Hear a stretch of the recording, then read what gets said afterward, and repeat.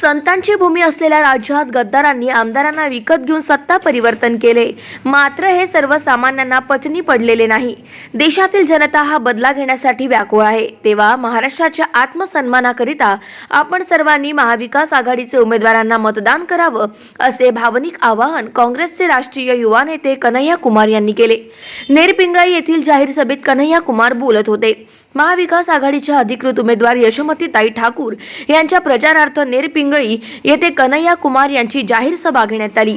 यावेळी महाविकास आघाडीतील सर्वच घटक पक्षाचे पदाधिकारी आणि कार्यकर्ते तसेच नागरिक मोठ्या संख्येने उपस्थित होते।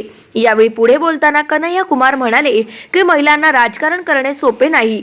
यशोमती ठाकूर यांनी आपल्या कार्यकर्तृत्वातून वेगळा ठसा उमटवलाय। यशोमतीताई या राज्यासाठी येथील सामान्य जनतेसाठी लढतात। त्यांनी शेतकरी आणि सर्वसामान्यांना न्याय देण्यासाठी लढा दिलाय। ही मुलूक मैदानी तोफ असून ती केवळ एक साधारण आमदार म्हणून परिचित नाही।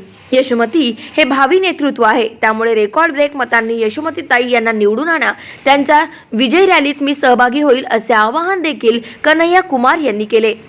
गाव माझा न्यूज करिता महादेव नवघरे, अमरावती।